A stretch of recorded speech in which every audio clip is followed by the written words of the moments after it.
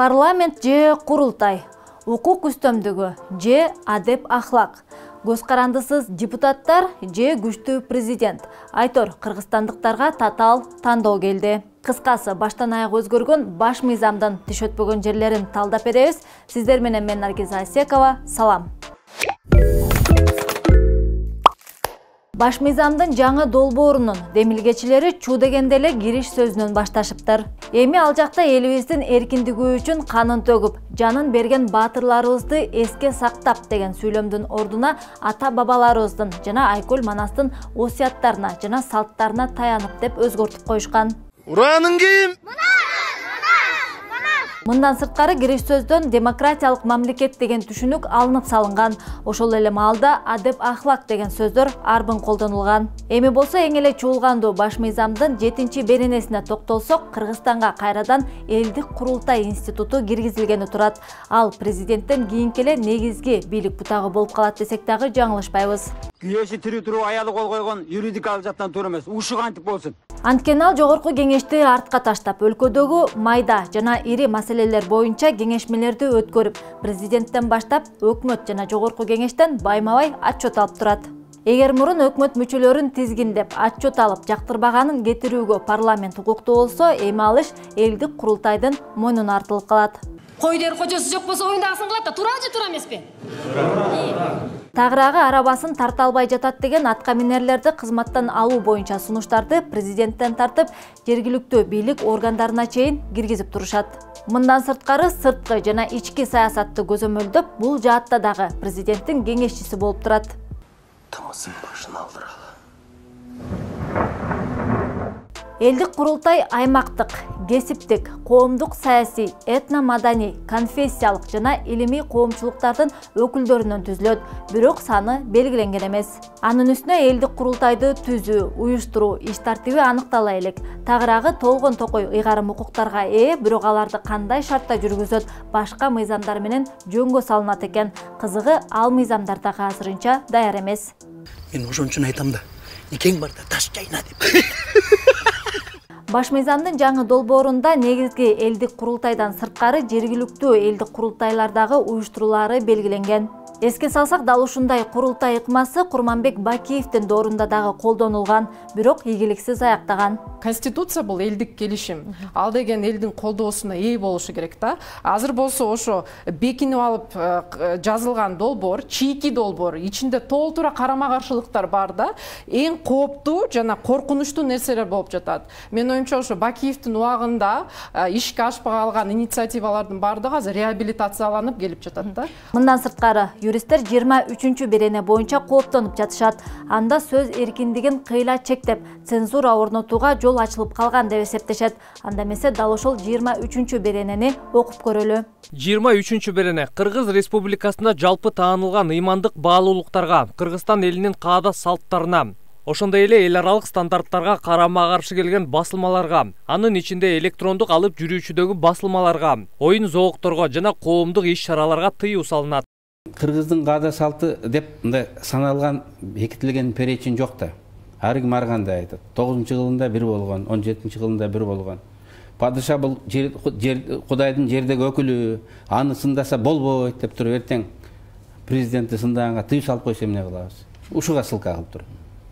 Жана курултай деген бекитип берет. Эми болсо президенттин ыйгарым укуктарына токтолсок, болочок мамлекет башчы эбегейсиз бийликке ээ болот.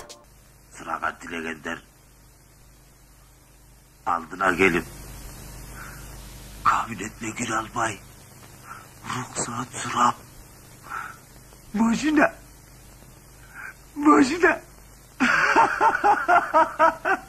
Тагыраагы президент эми мамлекетти дагы, өкмөттү дагы бирдей башкарып, өкмөт мүчөлөрүн өзү дайындоого жол ачылды. Өкмөт башчы болсо эми премьер-министр деп аталбай, номиналдуу гана ролду ойноп калат. 56-берене президент мамлекет башчысы болуп саналат жана Кыргыз Республикасынын аткаруу бийлигине башчылык кылат.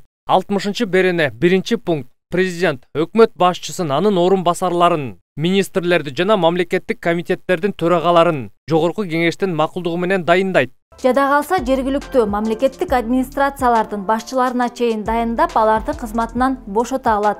Жаңы баш мыйзам боюнча жаңы шайланган президенттин укуктары муну менен чектелбейт. Коопсуздук кеңеши, күзөт кызматы, прокуратура, Улуттук банк, эсептөө палатасы, айтор кандай гана орган болбосун, жетекчисин президент өзү тандайт. Аткаруучу бийликтин башында турган президент соттордун баарын дайындайт. Аларды кызматтан алат. Соттордун төрагаларын 5 жылга дайындайт. Сотторду ротация кылат. Араңжан сотторубузду биротоло кул кылалы дешкен го. Президент үчүн бир гана мамлекетти жана өкмөттү башкарбастан мыйзам жазганга дагы, референдум жарыялаганга дагы мүмкүнчүлүк ачылды.